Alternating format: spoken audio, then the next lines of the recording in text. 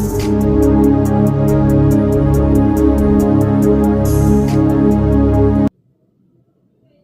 ప్రభువును మన రక్షకుడు అయిన యేసుక్రీస్తు ప్రభువు అత్యున్నతమైన నామమున, అతి శ్రేష్టమైన నామమున, ప్రభావము కలిగిన నామమున అందరికీ వందనాలు, దేవునికి స్తోత్రాలు.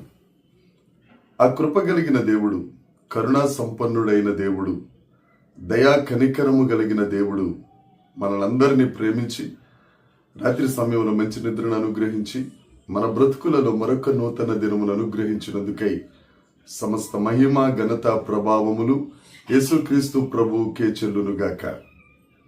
మనలను ఆశీర్వదించే దేవుడు, మనలను అభివృద్ధి పరిచే దేవుడు, మనలను ఫలింపచేసే నాదుడు ఈ దినములో మనకు అనుగ్రహించిన దేవుని యొక్క వాగ్దానము కృపావార్త.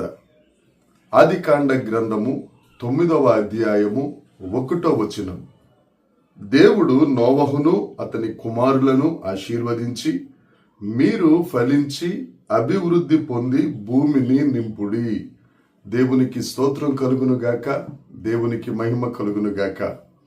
ప్రభునందు అత్యంత ప్రియమైన దేవుని ప్రజలారా, మన దేవుడు మనలను ఆశీర్వదించే దేవుడు, మన దేవుడు మనలను అభివృద్ధి పరిచే దేవుడు, మన దేవుడు మనలను ఫలింపజేసే దేవుడు. దేవునికి స్తోత్రం. దేవుడిచ్చిన ఈ వాగ్దానమును బట్టి మీరున్న చోట్ల హృదయపూర్వకంగా యేసయ్యకు స్తోత్రం తెలియచేయండి. ఎందుకంటే మనిషికి విటమిన్స్ ఏ విధంగా అవసరమో మన విశ్వాస జీవితానికి వాగ్దానాలు అనే విటమిన్స్ కూడా చాలా అవసరం. మన దేవుడు మార్పు లేని దేవుడు. ఆయన నిన్న నేడు నిరంతరము ఏకరీతిగా ఉన్న దేవుడు. నోవహును ఆశీర్వదించిన దేవుడు, నోవహును అతని కుమారులను అభివృద్ధి పరిచిన దేవుడు, నోవహును అతని కుటుంబాన్ని ఫలింప చేసిన దేవుడు నిన్ను నన్ను అభివృద్ధి పరుస్తారు, ఆశీర్వదిస్తారు, ఫలింపజేస్తారు. దేవునికి స్తోత్రం. అయితే నోవహు ప్రతికూల పరిస్థితులలో కూడా తన చుట్టూ ఉన్న వారంతా లోకంలో కలిసిపోయి విచ్చలవిడితనంలో కొట్టుమిట్టాడుతున్నప్పుడు కూడా నోవహు నీతిమంతుడిగా ఉన్నాడు. నోవహు నిందారహితుడిగా ఉన్నాడు. నోవహు దేవుణ్ణి నమ్ముకుని దేవుని మీద ఆధారపడ్డాడు. నోవహు దేవుని మాట పట్ల విశ్వాసం ఉంచాడు. అందుకని అంతవరకు తెలియని సంగతి దేవుడు చెప్పిన విశ్వాసంతో ఆయన మాటకు విధేయత చూపించి సమస్త జీవరాశులన్నీ, ప్రాణమున్నవన్నీ ఆ జలప్రళయంలో కొట్టుకుపోయినా ఆయన కుటుంబం మాత్రం సజీవ లెక్కలో లెక్కించబడ్డారు. ఎవరైతే దేవుని మాటను వింటారో, విధేయత చూపిస్తారో, వినయం కలిగి భయభక్తులు కలిగి ఉంటారో వారందరినీ ఆశీర్వదించే దేవుడు మన దేవుడు. దేవునికి స్తోత్రం. పాపం ఎప్పుడైతే మనిషిలో ప్రవేశిస్తుందో శాపం అప్పుడు వచ్చేస్తుంది. పాపానికి దూరంగా ఉన్నంత వరకు శాపం ఉండదు. పాపం దగ్గరైతే శాపం సంతరించుకుంటుంది.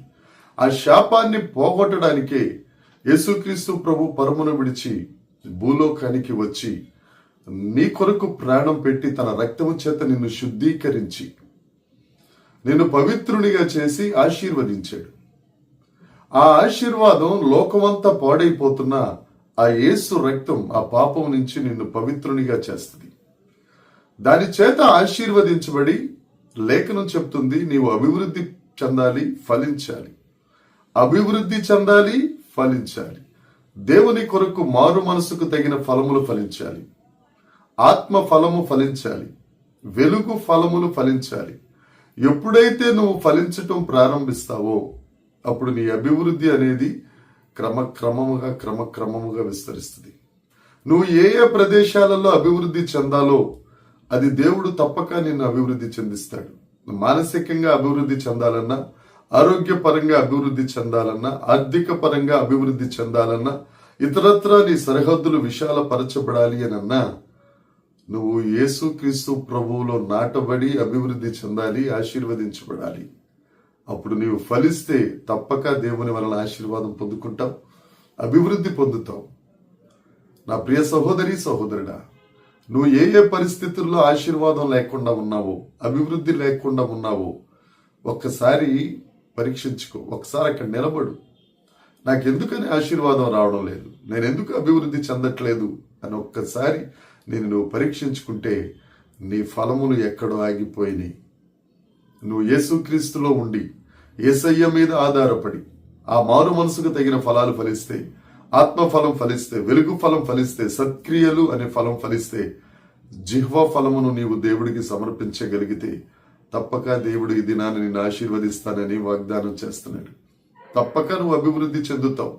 నీవు ఆశీర్వదించబడటమే కాదు, నీ చుట్టుపక్కల ఉన్నవారు, నీ కుటుంబం, నీ సంఘం, నీ సమాజం ఆశీర్వదించబడుతుంది. తద్వారా దేవుని నామము మహిమపరచబడుతుంది. ఒక్కసారి పరీక్షించుకుందాం. నువ్వు ఎక్కడ చెడిపోయావో, ఎక్కడ చెదిరిపోయావో అక్కడ నువ్వు సరిచేసుకుని యేసయ్యలో ఫలించడం మొదలు పెడితే ఆశీర్వాదాలు ఈ దినాన నీ సొంతం. ఈ వాగ్దానాన్ని దినమంతా ధ్యానిద్దాం. దేవుడు తప్పక నిన్ను ఆశీర్వదించి అభివృద్ధి పరచును గాక. దేవుడి మాటలు దీవించును గాక. ప్రార్థన చేసుకుందాం. పరలోకమందున్న మా తండ్రి పరిశుద్ధుడా, ఈ దినాన మీరు మాకు ఇచ్చిన వాగ్దానానికై నీకు స్తోత్రాలు. మమ్మల్ని ఆశీర్వదిస్తానని, అభివృద్ధి పొందిస్తానని, ఫలింప చేస్తానని వాగ్దానం చేసావయ్యా. నీ వాగ్దానాన్ని మేము సొంతం చేసుకుంటున్నాం. నీలో ఫలింపగలుగుటకు నీ కృప దయచేయండి. నీవే ప్రభువా, పరిశుద్ధాత్మ దేవుని చేత నీరు కట్టి ఫలింపచేసి ఆశీర్వదించి అభివృద్ధి పరచండి. నీ కొరకై మేము జీవించగలుగుటకు, మా ద్వారా నీ నామం మహిమపరచుటకు కృప దయచేయమని, మహిమ పొందుమని యేసుక్రీస్తు నామమున ప్రార్థించి అడిగి వేడుకొనుచున్నాము తండ్రి. ఆమేన్. దేవుని కృప మనందరికీ తోడై ఉండును గాక. ఆమేన్, ఆమేన్, ఆమేన్.